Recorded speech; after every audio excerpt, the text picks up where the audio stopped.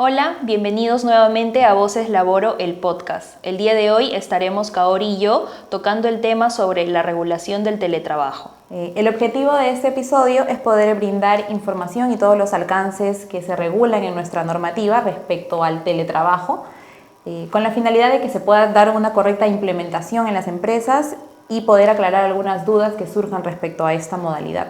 Para empezar, es importante conocer cómo se regula el teletrabajo en la normativa peruana. En la ley de teletrabajo se establece que esta es una modalidad especial de prestación de servicios, ¿no? Implica una condición especial que es la prestación de los servicios fuera del lugar, digamos, de las oficinas, del centro de trabajo. Ahora, ¿qué tiene de especial esta modalidad? Que se utilizan las plataformas digitales, la computadora, el internet, todos estos temas. ¿Cuáles son algunas características? El teletrabajo tiene que ser voluntario, no se puede obligar a un trabajador a que preste sus labores de esta forma. Aparte puede ser total o puede ser parcial, ¿no? Lo que comúnmente se denomina el trabajo híbrido, ¿no? Algunos días presencial, algunos días virtual. Otra característica especial de esta modalidad de prestación de servicios es la flexibilidad que tiene respecto a la jornada laboral. Es decir, no te exige que cumplas un horario fijo como lo harías en la oficina, sino que hay una facilidad de poder brindar los servicios como un acuerdo con el empleador en distintas horas del día, lo cual genera una facilidad para los teletrabajadores. Sí, así como lo mencionabas, el teletrabajo es una actividad voluntaria, ¿no? Pero también es algo que puede ser reversible, ¿no? Entonces, todas estas especificaciones deben de estar situadas en algún documento legal o que por lo menos brinde la seguridad de que las partes han llegado a un acuerdo, ¿no? Y en este caso sería el contrato o una adenda donde, repito, se especifique todo este acuerdo que han llegado el teletrabajador, el que vendría a ser el teletrabajador y la empresa, ¿no? ¿Qué cosa es lo que debe de ir dentro de este contrato? Uno, especificar la fecha de inicio del teletrabajo, ¿no? Desde cuándo rige y si hay una fecha que concluya el teletrabajo. Lo segundo también es poder especificar cómo se va a realizar la fiscalización de este teletrabajador, ¿no? ¿Va a ser sujeto a fiscalización o va a estar condicionado de repente a la producción o al cumplimiento de metas, ¿no? Uno u otro. También dentro de este contrato debe de estar establecido los mecanismos o bueno, las herramientas que el empleador le va a brindar al teletrabajador, ¿no? Teniendo en cuenta o en consideración que el teletrabajo está dirigido a personas que hacen uso de la tecnología, pues, y de lo cotidiano que se ve también vemos que es una computadora, ¿no? El CPU, una computadora o de repente cualquier otro medio que pueda servirle de herramienta de trabajo. Un celular, por ejemplo. Un celular, pero no solo está cerrado a eso, ¿no? Sino también puede ser la carpeta donde el trabajador va a hacer sus funciones, la silla ergonómica, ¿no? O por lo menos el requerimiento es lo que dice la normativa, ¿no? ¿Qué implementos le va a brindar al teletrabajador para que pueda cumplir sus funciones dentro de su puesto de trabajo? Y también respecto de, quitándonos el término de por mutuo acuerdo a lo que lleguen las partes, la norma también establece que el empleador debe hacerse cargo de algún tipo de gastos, ¿no? Eso ya lo hablaremos más adelante, pero eso también debe de estar regulado. Y también, y que es muy importante, el tema de seguridad y salud en el trabajo, ¿no? Entonces, todas estas especificaciones deben de estar incluidas en el contrato. Y también el tema de que si es un trabajador no sujeto a fiscalización, hacer un amplio análisis o una amplia especificación de lo que es la desconexión digital, ¿no? Entonces, todo esto es lo que abarca el contrato o el acuerdo de teletrabajo. Sí, como hemos mencionado hace un momento, este tipo de prestación de servicios es voluntario. En ese sentido, el trabajador que quizás comúnmente realice sus labores de manera presencial puede solicitar al empleador ese cambio de modalidad. Mediante una solicitud escrita se le envía al empleador y él tiene la obligación de responderlo en un plazo de 10 días como máximo. Si no generara ningún tipo de respuesta, se entiende que ha aceptado la solicitud y el teletrabajador puede prestar sus servicios de esta manera. Ahora, es importante también conocer que hay cierto grupo de personas vamos a llamarlo así, vulnerables o con algún tipo de condición, que tienen preferencia a tener este tipo de prestación de servicios. Un ejemplo es trabajadoras en estado de gestación, trabajadores con algún tipo de discapacidad, quizás trabajadores que tengan alguna condición de salud o algún familiar directo también con alguna condición de salud que requieran de sus cuidados. En estos casos es importante que se tome el especial cuidado para brindarle esta facilidad, ¿no? Porque finalmente esto es una facilidad para el trabajador que el empleador debe tener en consideración al momento de aceptar o de negar esta solicitud. Se entiende también que una vez que acepta esta modalidad de prestación de servicios, pues va a brindarle las facilidades al teletrabajador para que las pueda cumplir de manera adecuada. Eso se establece, como lo mencionabas, en el acuerdo o en el contrato, ¿no? También es importante que podamos definir, ya teniendo todo este preámbulo, ¿no? Que podamos definir cuáles son las obligaciones y cuáles son los derechos tanto del teletrabajador como del empleador, ¿no? Encontramos que la misma norma señala una serie de, un total de 7 apartados referidos a los derechos del teletrabajador, siendo uno de estos incluidos dentro de la modificatoria de la norma. Y señalan que el teletrabajador tiene los mismos derechos que tiene un trabajador habitual, ¿no? Es decir, el trabajador que va de forma diaria, ¿no? al centro de trabajo. A recibir las condiciones de trabajo, ya lo habíamos especificado, ¿no? Los equipos y las herramientas de trabajo y también el pago por algún tipo de gasto que se genera de electricidad, internet y otros medios que puede utilizar, salvo pacto o mutuo acuerdo de las partes de que se genere de otra forma, ¿no? Un punto muy importante también es a la desconexión digital, era algo que ya lo habíamos señalado al principio. ¿Qué significa el término de desconexión digital? Hay que tener en cuenta que esta situación es algo solo establecido para los teletrabajadores y lo que requiere la norma es que en un plazo no menor de 12 horas, o bueno, un plazo de 12 horas a más, el trabajador no reciba ningún tipo de comunicación por parte de su empleador. No reciba correos, no reciba llamadas, no reciba ningún encargo que pueda o que deba de ser ejercido dentro de estas 12 horas, ¿no?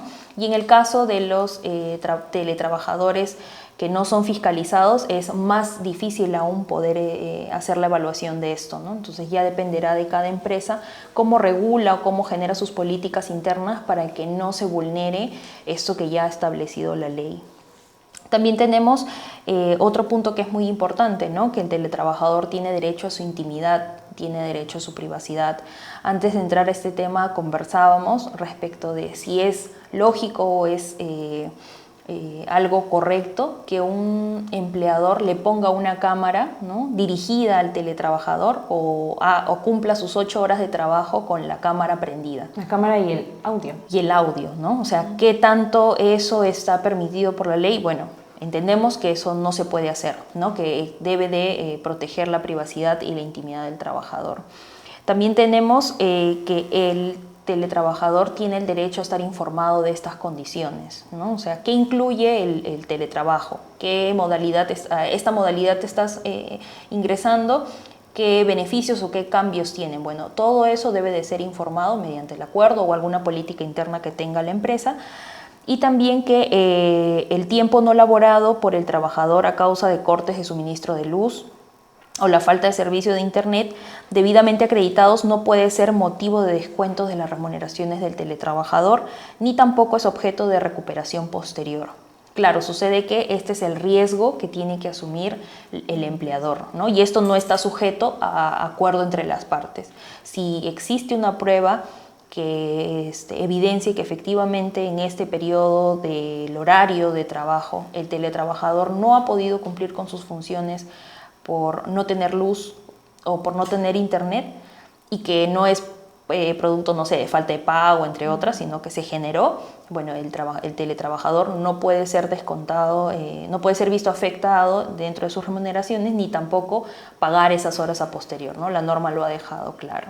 Claro, así como el teletrabajador tiene ciertos derechos, también tiene obligaciones para cumplir debidamente sus funciones y para que el empleador, que en este caso está tomando la confianza de brindarle este tipo de trabajo, no se vea afectado. Para ello, el teletrabajador tiene la obligación, en primer lugar, de cumplir las labores conforme si estuviera prestando sus servicios o realizando sus funciones de manera presencial, las mismas obligaciones. Aparte, tiene la obligación de realizar el trabajo de manera personal. No quiere decir que porque esté haciendo el trabajo fuera de la oficina o en su casa, lo pueda realizar otra persona. Eso también está prohibido. Debe cumplir con entregar todo lo requerido por el empleador, ¿no? Se entiende que si él tiene una jornada de trabajo, ya sea fiscalizado o no fiscalizado, hay un trabajo que debe cumplir. Entonces tiene la obligación de entregar y cumplir con los reportes de acuerdo al mecanismo que establezca la empresa para entregar esta información. Aparte, tiene que cumplir con todas las medidas de seguridad, ¿no? Como vamos a ir mencionando también, hay una obligación por parte del teletrabajador de realizar sus funciones en un domicilio. Él tiene que establecer en el acuerdo el domicilio en el cual va a prestar sus servicios y el empleador en este caso tiene que tomar las garantías de que sea un lugar seguro de trabajo, ¿no? De evitar que ocurran accidentes de algún tipo. En ese sentido, el trabajador tiene la obligación de garantizar que esté cumpliendo con estas condiciones de seguridad. Porque recordemos que en el teletrabajo también se supervisa la seguridad y salud en el trabajo. Eso también no están exentos de esto los teletrabajadores. Si bien se ha mencionado también, el teletrabajador tiene derecho a que le brinden los implementos, como la computadora, entre otros, él tiene la obligación de cuidar los mismos. Esto también se tiene que establecer en el acuerdo, cómo se le entregan los implementos y cómo él los debe recibir en caso de retorno a la presencialidad o simplemente se retire de la empresa. Tiene la obligación de mantenerlos tal cual están, ¿no? Y ante cualquier desperfecto también informarlos al empleador. Y por último, participar de todos los programas de capacitación que brinde la empresa. El teletrabajo, si bien ya tiene un par de años funcionando de manera más habitual en el país, aún sigue siendo algo nuevo o hay temas nuevos que se siguen viendo respecto a esto. Entonces, el empleador está también en la obligación de capacitar al trabajador y el trabajador de participar de estas capacitaciones a fin de poder tomar conocimiento de todas las modificaciones que se realizan respecto a esta modalidad de trabajo. Claro.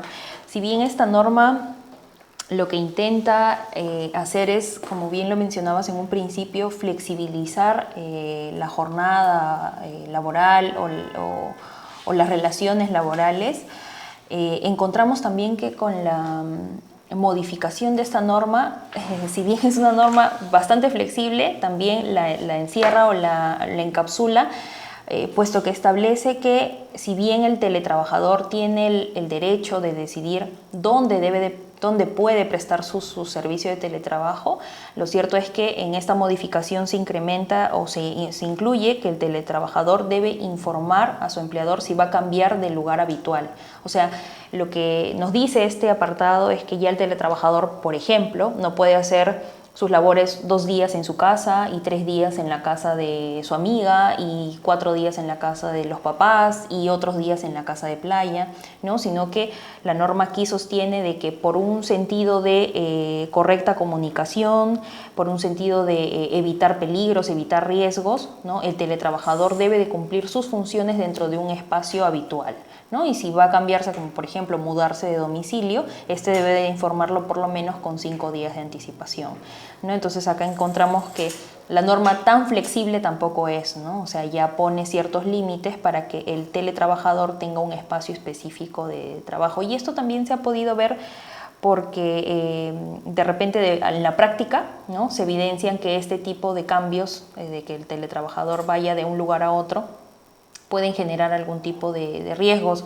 específicamente seguridad y salud en el trabajo, ¿no? Cómo yo, empleador, podría controlar o cómo yo podría proteger a mi teletrabajador de seguridad y salud en el trabajo si no está en el espacio donde yo le he indicado que cumpla sus funciones o donde él me ha dicho en todo caso que va a cumplir sus funciones. Claro, eso va ligado a cuando se presenta un accidente de trabajo realizando teletrabajo.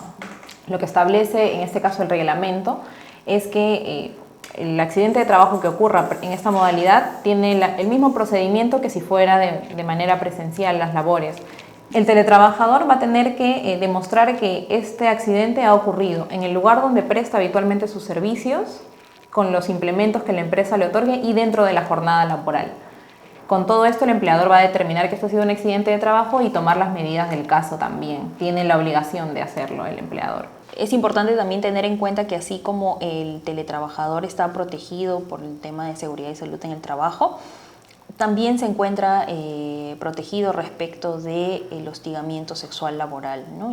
Y recordemos, ya en el episodio anterior también lo hemos podido advertir, de que el hostigamiento sexual no solo se da en el entorno de trabajo, ¿no? Sino que también se pueden utilizar medios digitales como un celular, mensajes por aplicativo, entre otros que puedan ser sexistas o sexuales, ¿no? Entonces esto también se protege a los teletrabajadores. Ya teniendo un marco general de qué es lo que se regula acá en nuestro país, es importante saber que esto está siendo fiscalizado por SUNAFIL desde el momento en que ha entrado en práctica, ¿no? Entonces, SUNAFIL supervisa el cumplimiento de las obligaciones de la empresa respecto a este tipo de modalidad de servicios, considerando infracciones leves, por ejemplo, el tema de impedir la concurrencia del teletrabajador a las instalaciones del centro de trabajo. Esto quiere decir que si bien el teletrabajador, por ejemplo, en los casos en los que se realice de manera total, el teletrabajador puede ir a la empresa si en caso lo requiera o desee comunicarse con algún directivo, ¿no? No está impedido de hacer eso, y si el empleador no lo deja ingresar, está cometiendo una falta leve. Asimismo, no consignar todos los datos requeridos dentro del acuerdo también es una falta leve para las empresas. De todo lo que venimos viendo, el acuerdo que existe entre las partes respecto a cómo se va a prestar esta modalidad de servicios es lo más importante. No solamente que exista, sino que este cumpla con toda la información respecto al teletrabajo, como ya se ha mencionado, lugar de prestación de los servicios, jornada laboral, si es fiscalizado o no fiscalizado, los implementos que se le entreguen, entre otras obligaciones específicas que pueda tener de acuerdo a su cargo. SUNAFIL también pone infracciones graves en materia de relaciones laborales y existen ciertos supuestos, ¿no? Y estos son referidos a no cumplir con las obligaciones de mantenimiento de equipos, el servicio de acceso a Internet u otra condición de trabajo necesaria para el desempeño laboral del teletrabajador, ¿no? Y es que, lógicamente, si no le das un correcto seguimiento de los canales por los cuales el teletrabajador te va a brindar el trabajo, al final cómo podría realizarlo, y eso al final cómo lo catalogas también, ¿no? Cómo podría verlo desde la perspectiva del trabajador. Yo podría considerar como trabajador que se están cometiendo actos hostiles en mi contra, ¿no? Entonces esto es algo que también regula SUNAFIL. No cumplir con otorgar al teletrabajador los mismos beneficios y o derechos regulados por ley, reglamento, convenio colectivo o cualquier otro que hayan establecido a los trabajadores de manera presencial. Nuevamente, ¿no? Si yo soy un trabajador como tal, porque recordemos que el teletrabajo es una modalidad, no es un régimen especial, ¿no? Entonces, bajo ese supuesto, yo no puedo diferenciar a mis trabajadores respecto de los beneficios que como empleador otorgo. Afectar la naturaleza del vínculo laboral, la categoría, la remuneración, los beneficios obtenidos por convenio colectivo y otros. Bueno, esto es más a criterio, ¿no? O sea, nuevamente tomando en consideración de que esta es una modalidad más no un régimen especial. También está catalogado como una infracción grave impedir que el teletrabajador elija su lugar de trabajo, ¿no? Recordemos que ya de manera general en la normativa se establece que este es un derecho o un beneficio, vamos a decirlo así, por parte del teletrabajador, ¿no? Elegir dónde puede realizar estas funciones, salvo lógicamente que, como dice también la norma, no pueda realizarlo dentro de un entorno donde se pueda conectar de manera digital, ¿no? Y también se considera como grave no sustentar la denegatoria sin realizar una evaluación objetiva y previa, ¿no?, de la solicitud del cambio de modalidad. Como ya lo habías mencionado, ¿no? Un trabajador puede solicitar el cambio de modalidad. No solo irse a teletrabajo, sino también retornar de manera presencial. Y para esto el empleador tiene 10 días de plazo para poder responder. ¿Qué pasa si el empleador responde dentro del plazo establecido por la norma, pero pone no quiero? No te voy a regresar porque yo quiero que te mantengas en teletrabajo.